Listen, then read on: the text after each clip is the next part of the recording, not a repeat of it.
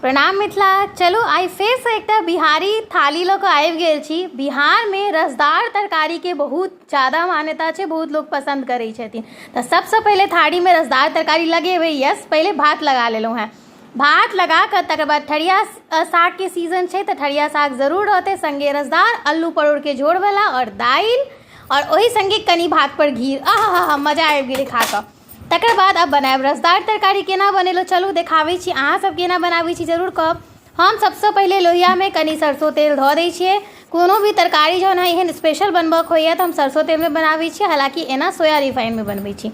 तकर बाद परोड़ के काटि कऽ एनाही राउंड राउंड, कियाकि जे देसी वाला परोड़ छलै से लेलहुँ हैं। एहिमे बिया कनी बड़का बड़का नहि होइ छै और छिलको भी पातर होइ छै। एकरा परोड़ के लाल कऽ कऽ भुजबै। अहाँ के पास जे परोड़ हुआ अहाँ ओकर बनाउ, ओकरो नीक बनै छै। जिनका बिया पसंद छै तकरा, जे चलानी वाला होइए। हालांकि हम देसी परोड़ बेसी जे छै से पसंद करै छी। तऽ ओकरा एहि तरीकासँ जे छै से लाल कऽ कऽ खूब सुन्दरसँ पहिले परोड़ भूजि कऽ तकर बाद आलू जे उसनल अइ तकरो लाल कऽ कऽ सौसे सौसे भूजि लेब।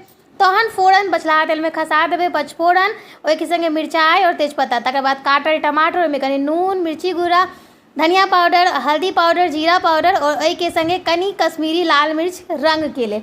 आब जहन ओहि भुजा जाए, टमाटर जल्दी भुजा गेलै, तहन ओहिमे आलू परोड़ के खसा कऽ और कनी मसाला में मिला कऽ आलू के एहि तरीकासँ फोड़ि लेब। ई रसदार तरकारी बहुत ही लाजवाब हो जा रहल है। और गाम में ना स्पेशली एनाही तरकारी बनायल जाइ छै। हम अपन चाची सबके देखै छलियै ने, हमरा बहुत पसंद आबैए। तऽ जे बिहार से तिनका पता हेतनि जे रसदार जबरदस्त लगै छै। अहाँके वीडियो और तरकारी केहन लागल जरूर कहब। जय मिथिला।